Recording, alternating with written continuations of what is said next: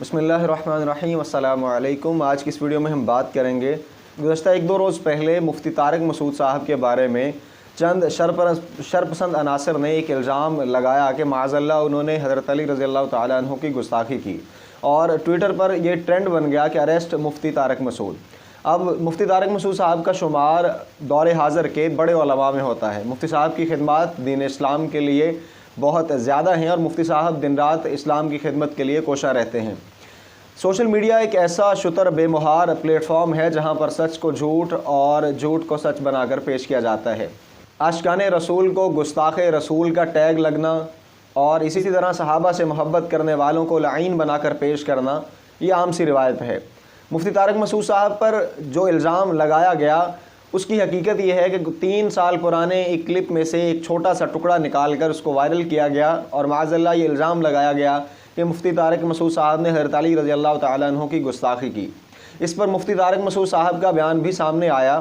مفتی طارق مسعود صاحب نے اس بات کو واضح کیا کہ نہ صرف وہ بلکہ اہل سنت کا کوئی بھی عالم حضرت علی رضی اللہ تعالیٰ عنہ کی گستاخی کا سوچ بھی نہیں سکتا۔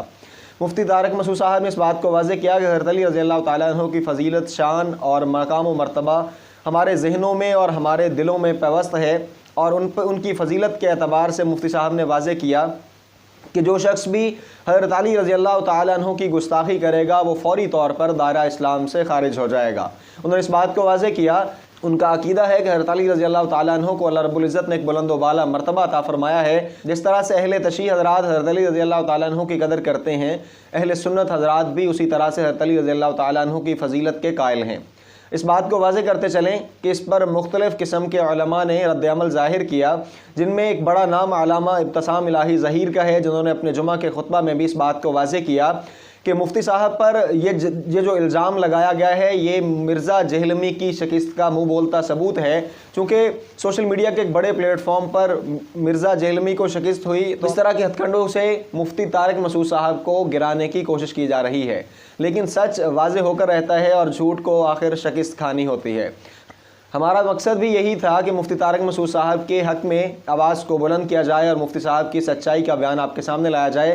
مفتی صاحب کا وہ بیان جس میں انہوں نے واضح طور پر اس بات کی تردید کی کہ ان کا معاذ اللہ حضرت علی رضی اللہ تعالیٰ عنہ کی گستاخی سے کوئی تعلق نہیں، وہ کلپ بھی آپ سنیں۔ بسم اللہ الرحمن الرحیم۔ یہ جو حضرت علی کی گستاخی کے بارے میں میرا کلپ چلایا ہے، میں کبھی تصور بھی نہیں کر سکتا حضرت علی رضی اللہ تعالیٰ عنہ کی گستاخی کا۔ حضرت علی سے محبت ہمارے بھی ایمان کا جز ہے، شیعہ حضرات بھی کی نظر میں بھی وہ قابل احترام ہے۔ تو میرا خیال ہے کہ شیعہ سنی فسادات کی کوئی کوشش معلوم ہوتی ہے۔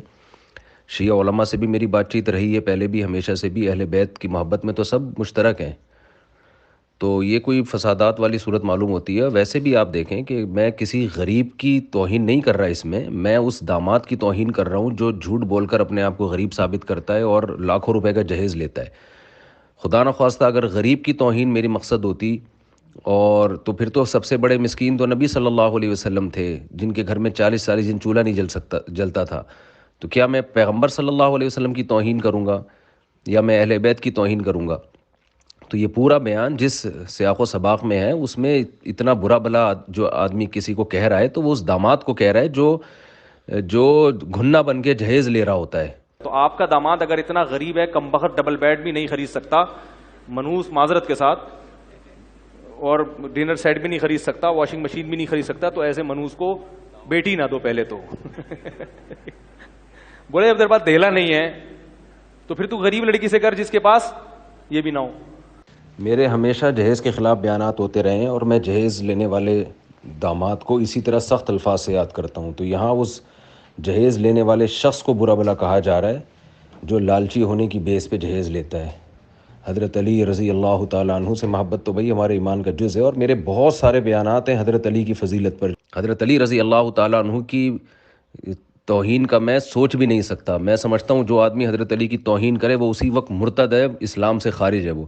تو اس لیے میرے بیان کو غلط کٹنگ کر کے نہ چلایا جائے اور اس کو ایشو نہ بنایا جائے، اور سچ سنجیدہ شیعہ علماء بھی اس کی حوصلہ افزائی نہیں کریں گے جو میرے ساتھ بعض لوگوں نے جو حرکت کی ہے۔